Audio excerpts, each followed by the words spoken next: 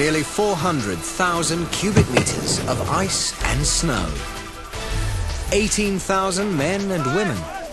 And one monumental task. In just 4 weeks, turn a Chinese city from Winterland into Wonderland.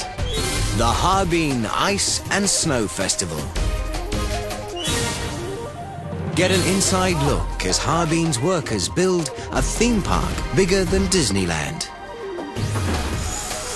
And follow some of the world's best ice and snow carvers in a grueling quest for gold. You're crazy, you know, the weather is so cold. Will the brutal temperatures vanquish Team America's power tools? It's time to party hard with a million visitors to one of the world's hottest winter destinations. China's Ice Vegas.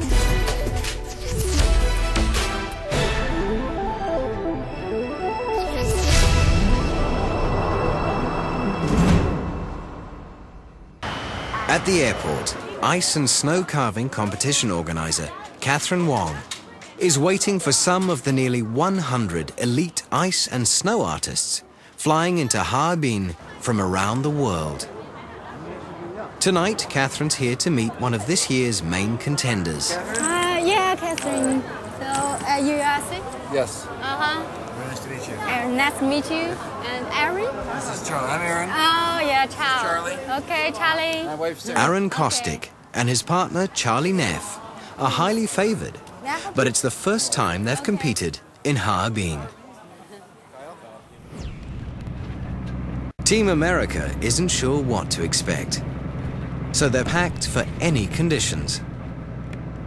I bought $300 worth of underwear, and I'm ready to go to the moon. But can even these super carvers handle Harbin? Winter carving is a grueling event. It takes a special breed of artist to work outdoors in a Harbin winter for 3 days. Teams of up to 2 artists wrestle a 2-ton block of ice into shape using electric and hand tools. This is not a contest for the faint-hearted.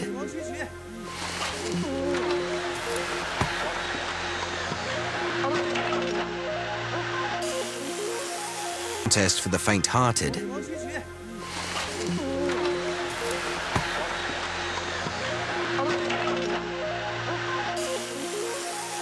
And that's exactly why the world's top ice and snow carvers want to be here.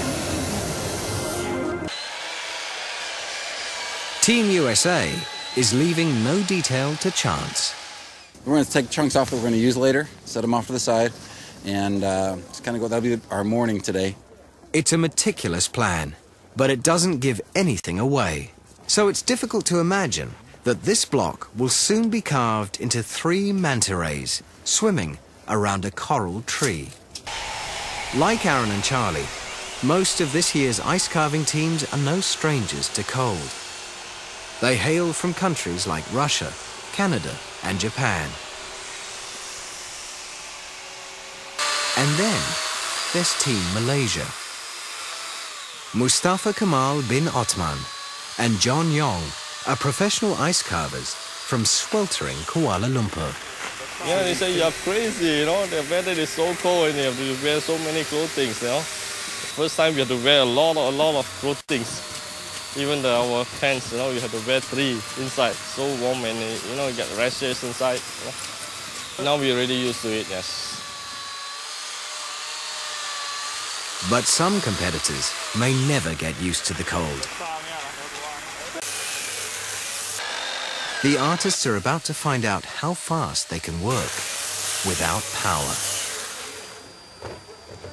You're not traveling. The top cut is already done? It just keeps coming and going. The 110-volt electricity supplied by the organizers isn't giving Aaron and Charlie the power they need.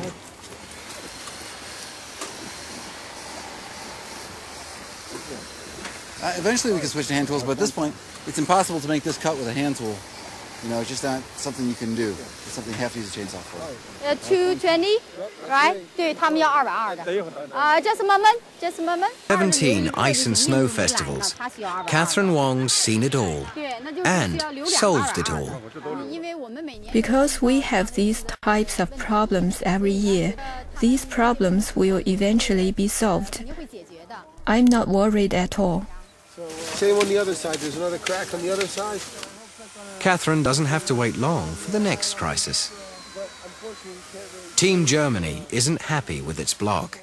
We're having some issues with the cracks. We're doing a figure that has long arms, symbolizing life. It's the Chinese symbol for life, and there are humans intertwined through it. And these cracks that come right through it come right through critical areas. Catherine's got backup. An emergency stash of extra ice blocks. If you want to change, you can change to the ice block 33. Meanwhile, Aaron and Charlie have switched from their American 110-volt system to the local 220-volt power supply, thanks to a spare adapter from a shaving kit. It's running a big 10-amp saw successfully. Problem solved. But now the power-hungry gearheads have to play catch-up with the rest of the field. They'll need to work even faster to cut their block into 25 different pieces and then reassemble those parts into 3 manta rays. This is where that iron comes in handy. The hot aluminium melts the surface of the ice and then the blocks snap freeze together.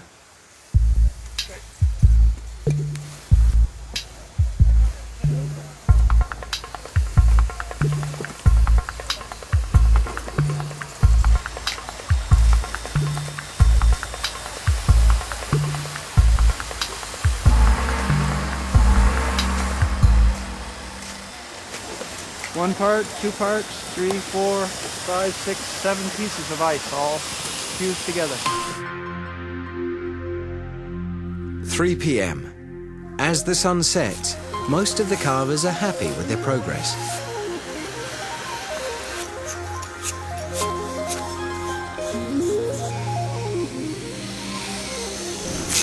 Reach to our target.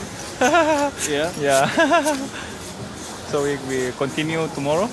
Yeah, I only have one speed, off or on. So on gets a lot of stuff done and off doesn't.